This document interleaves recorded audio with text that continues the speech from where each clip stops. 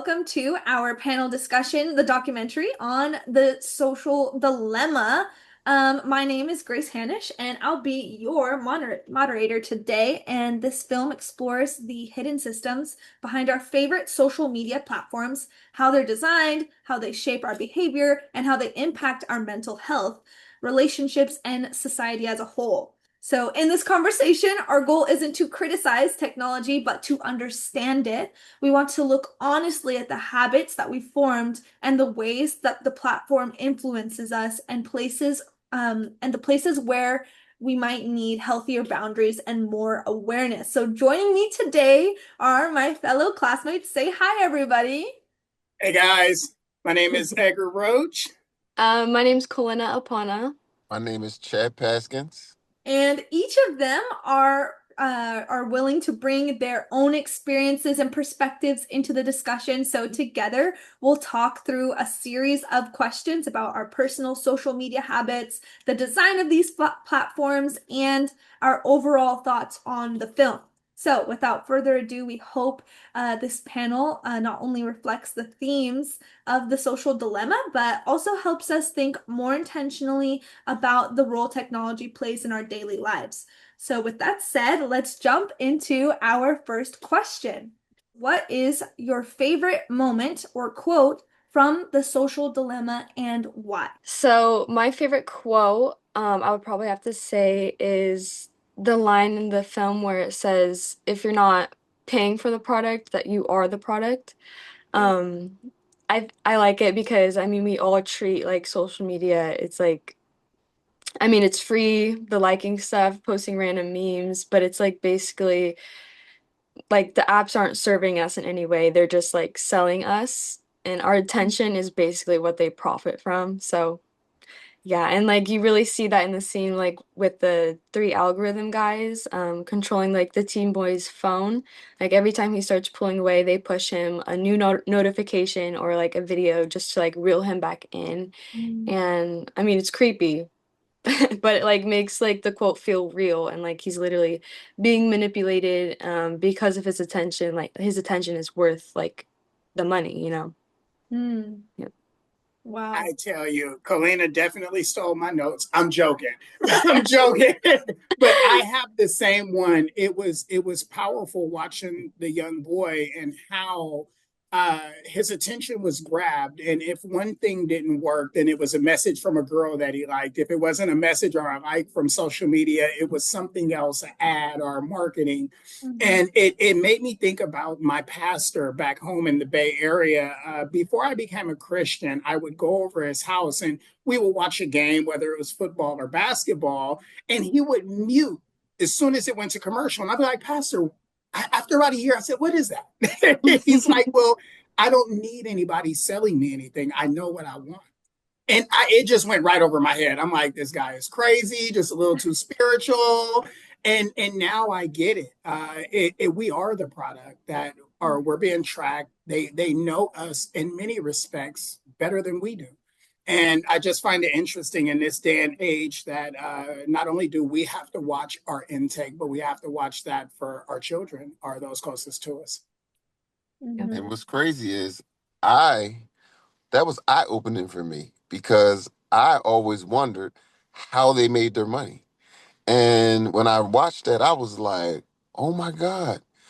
So I also noticed that even with that video, that even with my phone, if I say certain things, it downloads exactly what I said. And Yes, I it's see it in ads creepy. the next 5 minutes, and I'm like, wow. So it just was eye opening to me with that quote. It blew my mind.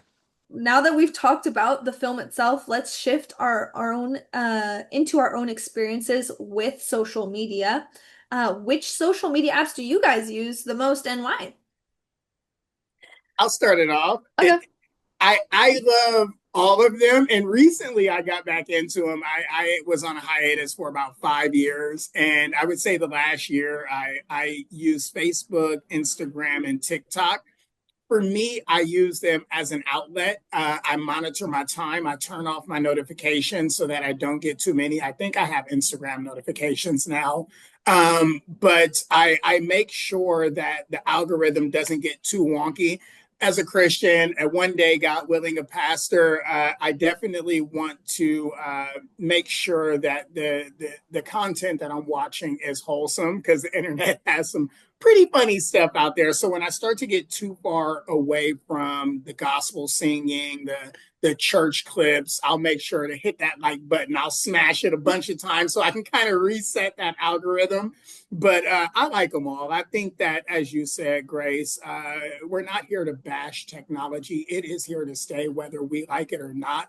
I Mhm. think that it's a tool like anything else, Yeah. and how we use it is going to determine what others see. And as Christians, I think that what better time than right now than to post Christian content to raise awareness about Christ Yeah. and to live the life, not just speak it. Well, I will say, if I can go, Mhm. I use all the platforms because I more so use it for business. As you found out before we got on, I'm not just the officer, but I'm also a hair colorist. So I use all the platforms to advertise for myself, as well as what you just said, Edgar. It is important for us to use it for us as believers because that's what Jesus was saying when he said that you would reach more people than I've ever reached. It's Amen. just simply this platform that's allowing us to go cross country, cross seas, and all over the place, and we're compelling men to come. We're fishermen of men, and we're reaching people with this algorithm that they're talking about. We're reaching people that we never would have the opportunity to reach. I, as a platform, I noticed that since I've been using social media, business has rocketed. Even since COVID, I was at such a platform. COVID broke it down to where it was hardly none, but then social media brought it right back. So I actually hired a social media person to manage my stuff. So I really don't be on social media like that. But what I do is I log on just to see the views and stuff like that. But it really is a tool that can be used not only just for a business, but for the gospel. For me, I'm young. It's it's built in our generation, but for me, my most used apps, I looked it up on my screen time. Is Instagram and TikTok. There you go. Um, it's like the TikTok. videos are short. It grabs you, so it's just my brain is like just one more video, and then suddenly it's like bedtime. It's midnight. But it's just, yeah, it's easy to get sucked into, and I'm trying to like put it off as much as I can because it's not healthy. It's not good to use it for certain reasons, but I also use YouTube though for more like content with a purpose for like studying work. Like I go there to learn things, like watch longer videos, or just to like listen to people talk, like podcasts and stuff. And it's like a community vibe. Like you can follow like creators over years, and then it's very interesting to see other people's views on things. So I think YouTube is like an underdog with the She with said all an the underdog. platforms. And you saying that though, my daughter is 29. Mm. She's never worked a job ever. She's been a social what's it called, Oh influencer. yeah, Yeah. I remember you From saying 20 that. Right. from 20 years old to 29, she has made millions of dollars Wow. doing this. I Yeah, that's don't another know how thing. she did it, but I used to do her books, and I was like, "Oh my God, you make this kind of money from YouTube?" So those are awesome perspectives. Amazing conversation. So let's take that a step further and think about how social media affects us in our day to day. So question number three is, do you feel social media influences your attention span, focus, or productivity, and in what ways? Yeah, I can Hey, go. Kalina. Um, yeah, social media definitely messes with my attention span. I just feel like the short form content has really trained my brain to want like quick entertainment or like, like instant answers. And if something like doesn't grab me in like 3 seconds, I'm like already bored and like moving on, which is it's a bad habit, but my brain is trained in that way for some reason, and it's like it's expecting a reward every few seconds. It's weird, but like, and then there's like notifications, the mini interruptions that don't like distract you when you completely lose train of your thought. And when I'm doing homework, like the one little buzz from the notification can send me spiraling into like 20 minutes of just scrolling and losing track of thought. So yeah. I find that social media has changed my perspective of preaching.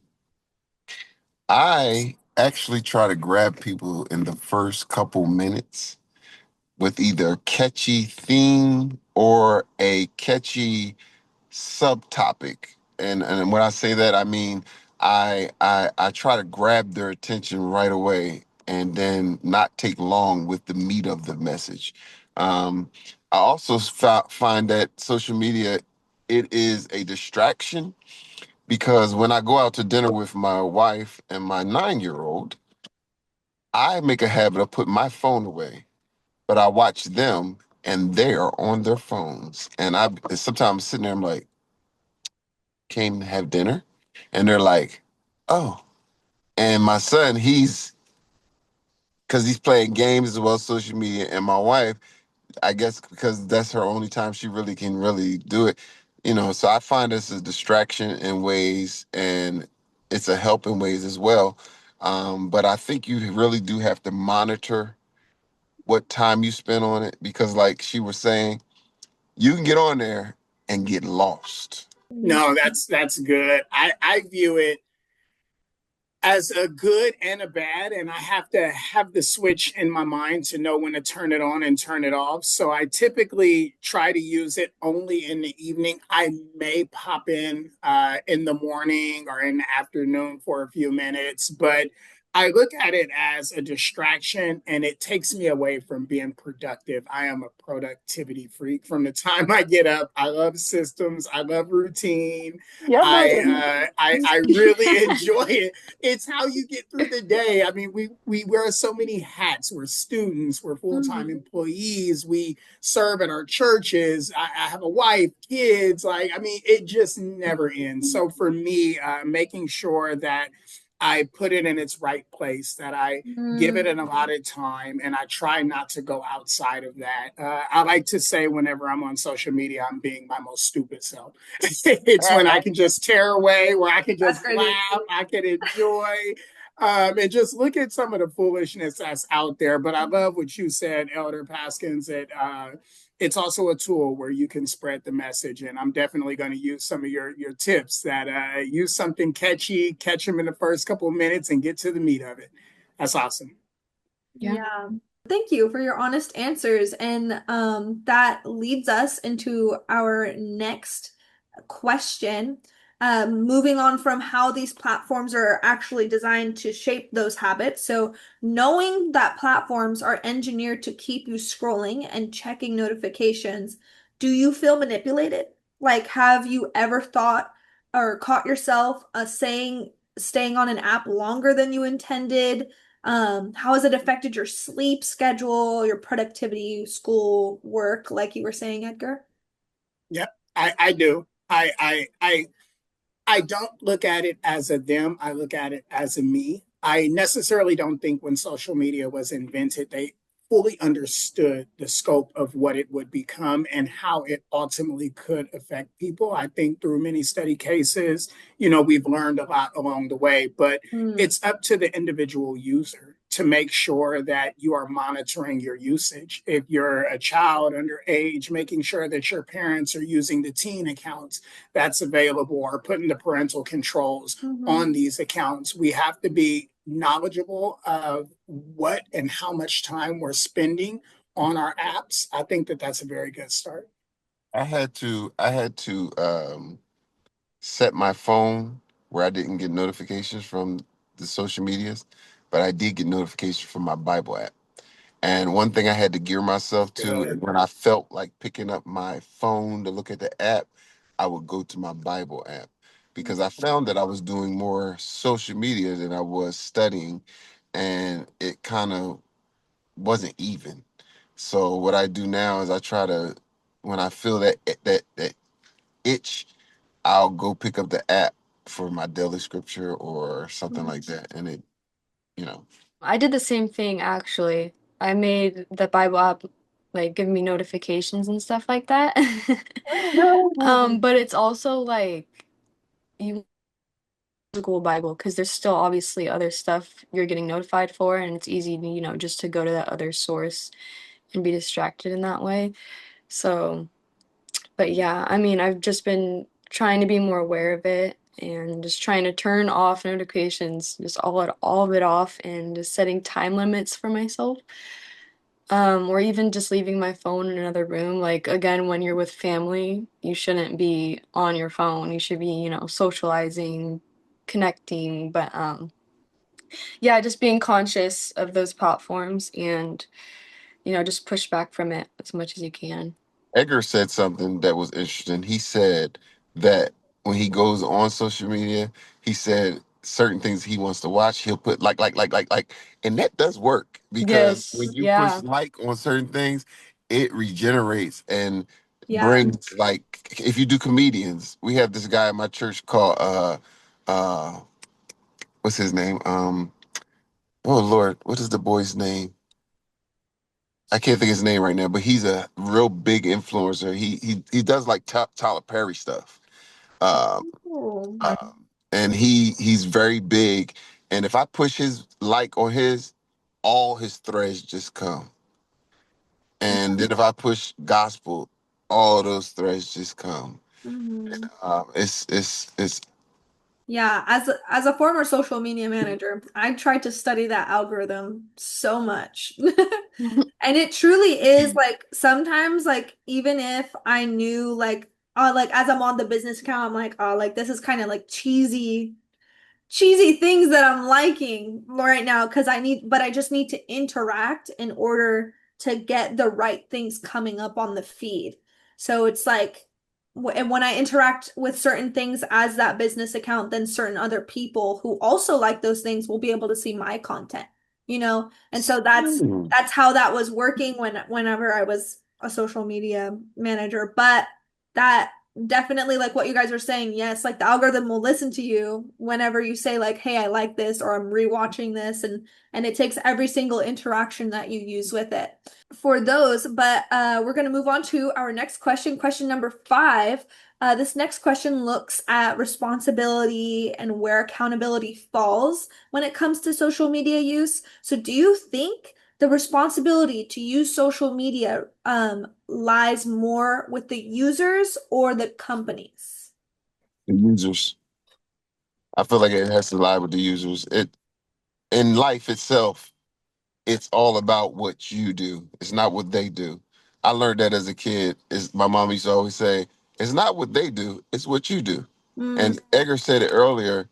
We as believers, we are challenged to live this thing, not just talk it. Because so many people are doing this, but how many people are doing this? And then what they see is Come on. what they believe. For me, I think it's more of a balance when it comes to the companies. I mean, I know they should be creating like more of a safer environment for us, but like as users, we should be intentional with the way we use these platforms. Like, um, I mean, the companies have power in making like an impact, but we also have the power of saying saying back and like, yeah. That is good. No, I'm with both of you guys. Ultimately, at the end of the day, I'm one of those guys, kind of like Jocko Willings. It's extreme accountability because at the end of the day, influence is something that you choose to give. Whether that's to a person, a platform, or a place, you give that voluntarily. But at the same time, I thought the film did a great job of highlighting the responsibility of these companies as well. maybe when they were founded and they started, they didn't understand the social impact that it would have, the way that it would shape the world and generations to come. Now that the cat's out the bag, it's never going to go back in. So I do think that the corporations, the companies have a responsibility as well to make sure that they're providing safe platforms for children, for adults. And shout out to Meta. I know Zuckerberg over the last 2 years has put a lot of money into turning the narrative of Facebook around, He which is has the really a good thing. glasses. I love it. The I love it. glasses. I Noah. think I think that's definitely the start, That's that but then social media ultimately money. that extreme, right? It's extreme accountability on our part as well. Yeah, definitely. Glasses too. I totally agree with you all. There is a lot of responsibility that falls on the user. Like my mother always says to me, no one can make you feel anything.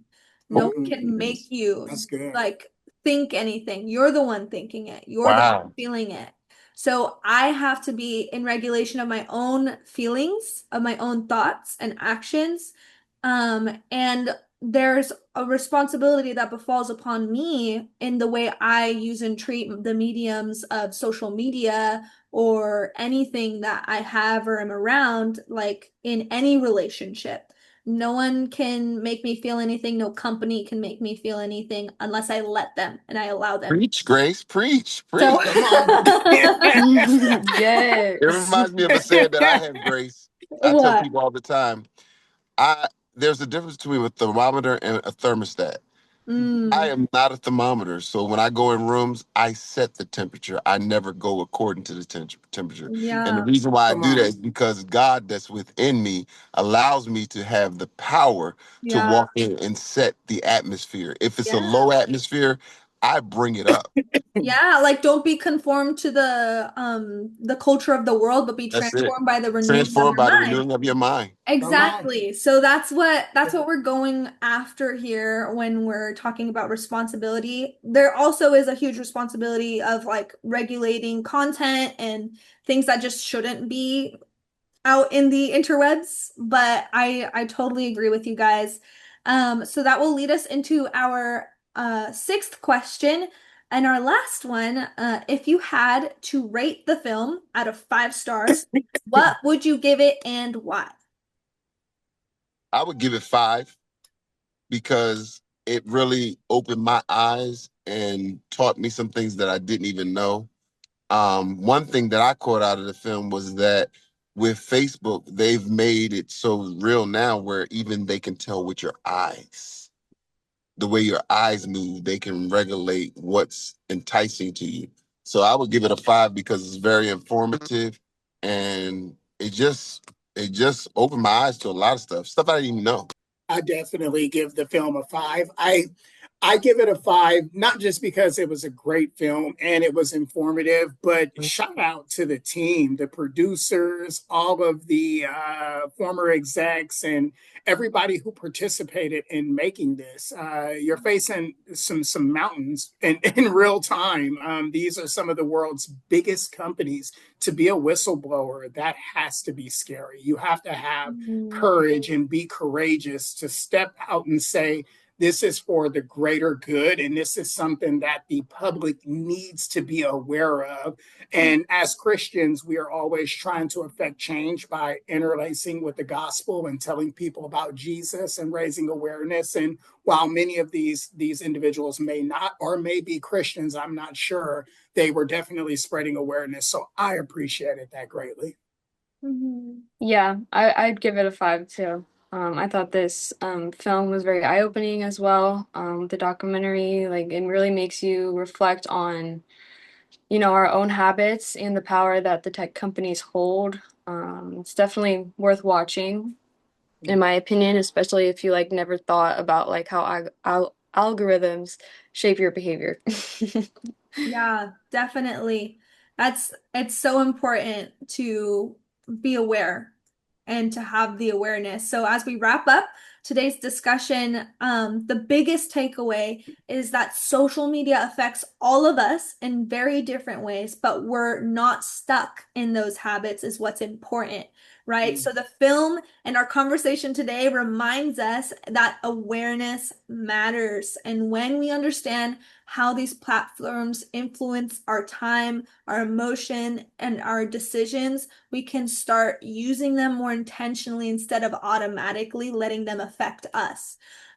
There's definitely a challenging side to social media, but there's also a hopeful side as long as we stay mindful, set healthy boundaries, think critically about how we engage with it. We can build a much healthier relationship with the digital world. So thank you to all of our speakers who shared so honestly today. Thank you everyone for watching, and we hope this conversation encourages you to reflect on your own habits and make those choices for your well-being. You have been on the pod.